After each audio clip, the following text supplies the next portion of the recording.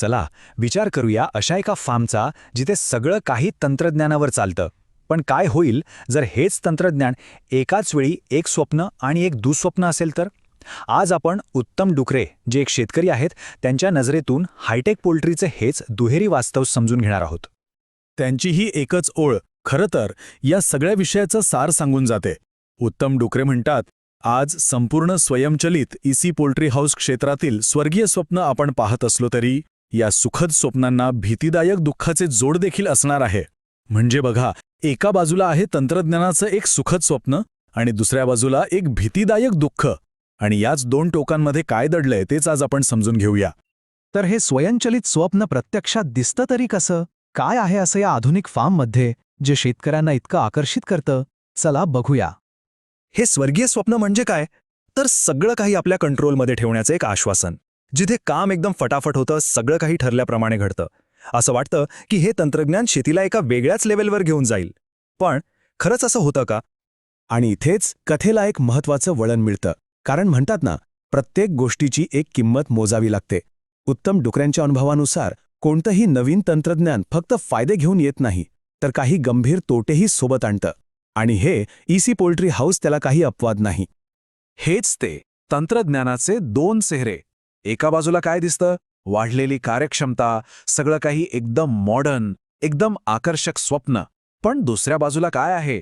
सतत मानसिक ताण, प्रत्येक निर्णय घेताना प्रचंड मोठी जोखीम आणि असे खर्च जे सुरुवातीला दिसतच नाहीत.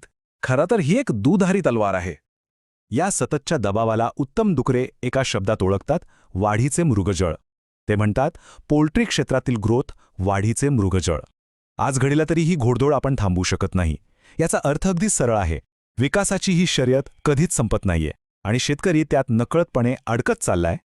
तर मग हा खेळ नेमका किती जोखमीचा आहे? शेतकऱ्याचं यश नक्की कोणत्या गोष्टींवर अवलंबून आहे?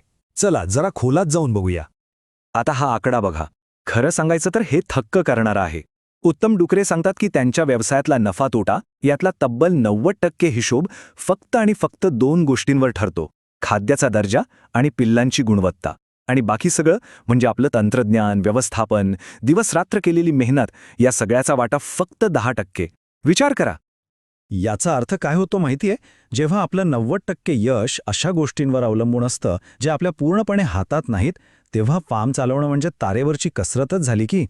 उत्तम डुकरे जसं म्हणतात, हे एक जिकरीचं काम बनतं. येथे एका छोट्याशा चुकीलाही माफी नाही. आणि निर्णय घेण्याचं हे चक्र, ते तर अजिबात दयामाया दाखवत नाही. बघा, एक महत्त्वाचा निर्णय घ्यावा लागतो, तो लगेचच्या लगेच लागू करावा लागतो, आणि समजा तो चुकला तर काय? तर या स्पर्धात्मक जगात टिकून राहणंच एक मोठं आव्हान बनून जातं. इथे दुसरी संधी वगैरे मिळत नाही. मग या सततच्या दबावात, या अनिश्चिततेत शेतकऱ्याचा खरा विजय मानायचा तरी कशाला? चला जरा यशाची व्याख्याच नव्याने शोधून बघूया. एका शेतकऱ्यासाठी खरं यश म्हणजे काय? तर तो काही रेकॉर्ड ब्रेक विकास किंवा मोठा नफा नाही.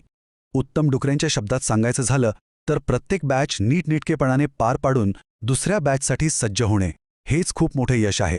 म्हणजे काय? तर फक्त टिकून राहणं, प्रत्येक बॅच यशस्वीपणे पूर्ण करणं, हे सगळ्यात मोठं यश. सातत्य हाच खरा विजय आहे. आणि या सगळ्या संघर्षामागे एक खूप मोठा, एक उदात्त उद्देश आहे. उत्तम डुकरे म्हणतात, आपण फक्त तो जगाला पौष्टिक व स्वस्त अन्न देणारा बॉयलर उद्योग शोधलाय. हाच तो हेतू आहे जो या सगळ्या कष्टांना एक अर्थ देतो.